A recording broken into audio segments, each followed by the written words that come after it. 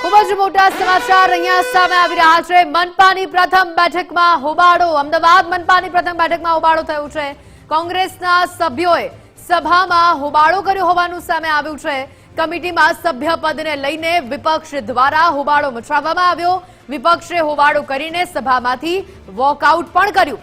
મનપાની વિવિધ કમિટીઓની જાહેરાત કરવામાં આવી છે। કોંગ્રેસના સભ્યોને સ્થાન ન મળતા હોબાળો તેમના દ્વારા કરવામાં આવ્યો હતો।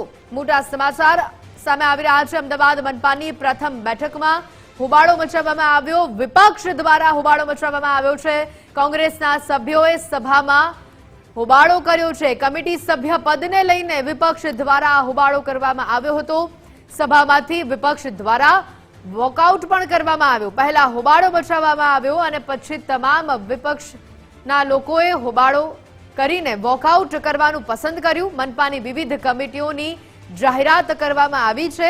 કોંગ્રેસના સભ્યોને આ કમિટીની અંદર સ્થાન ન મળતા કોંગ્રેસ દ્વારા આકરો વિરોધ કરવામાં આવ્યો, હોબાળો કરવામાં આવ્યો, વોકઆઉટ કરવામાં આવ્યું।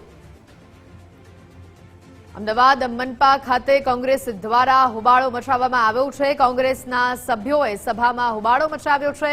કમિટીમાં સભ્યપદને લઈને વિપક્ષનો હોબાળો સામે આવ્યો છે। વિપક્ષે હોબાળો કરીને સભામાંથી વોકઆઉટ કર્યું હોવાનું સામે આવ્યું છે। સંવાદદાતા રીમા અમારી સાથે સીધા અહીંયા જોડાઈ ચૂક્યા છે। રીમા, જે પ્રકારે કોંગ્રેસ દ્વારા હોબાળો મચાવવામાં આવ્યો અને વોકઆઉટ કરવામાં આવ્યું, કમિટીમાં સ્થાન ન મળતા કોંગ્રેસે હોબાળો કર્યો છે, અપડેટ શું? ચોક્કસથી ખાસ તો વાત કરીએ તો અમદાવાદ મહાનગરપાલિકાની મુખ્ય બાર અને તે સિવાયની હોસ્પિટલ કમિટી અને અલગ અલગ કમિટીઓના સભ્યોની નિમણૂક છે।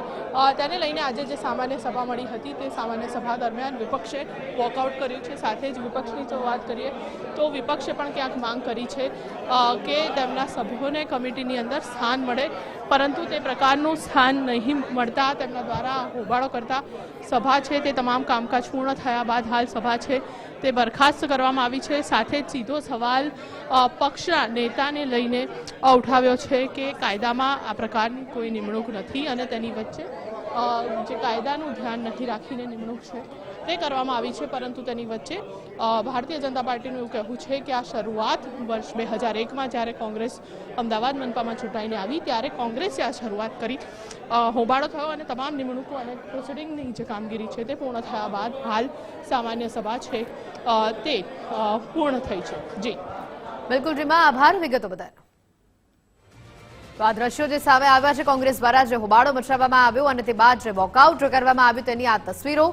અહીંયા કોંગ્રેસ દ્વારા કમિટીમાં સ્થાન ન મળતા ઉગ્ર વિરોધ કરવામાં આવ્યો। આપ જોઈ શકો છો મોટી સંખ્યામાં કોંગ્રેસ સભ્યો દ્વારા વોકઆઉટ કરવામાં આવ્યું। અમદાવાદ મનપાની પ્રથમ બેઠકમાં જ આ પ્રકારે હોબાળો સામે આવ્યો।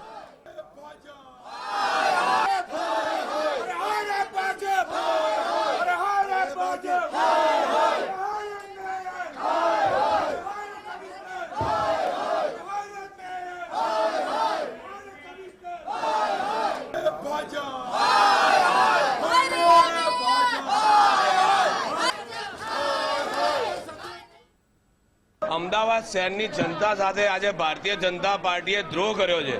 અમદાવાદ શહેરની જનતાના પ્રાણ પ્રશ્ન હોય એને હંમેશા શાસક પક્ષ જ્યારે ગોળીને પી જતું હોય, જનતા ત્રસ્ત થતી હોય, નાગરિકો હેરાન થતા હોય, જ્યારે સમગ્ર અમદાવાદની અંદર કોઈ પણ પરિસ્થિતિનો સામનો કરવાનો હોય ત્યારે એનું મજબૂત કામ વિપક્ષ તરીકે કરવામાં આવે છે। અને અમદાવાદ શહેરની આટલી બધી કમિટીની અંદર મહત્વની 17 કમિટીની અંદર એ લોકોએ જ્યારે પણ એમના નામ ડિક્લેર કર્યા બધી કમિટીમાંથી કોંગ્રેસના નામ કાઢવામાં આવ્યા અને વિપક્ષને સ્થાન આપવામાં આવ્યું નથી। આ ખૂબ જ નિંદનીય બાબત છે।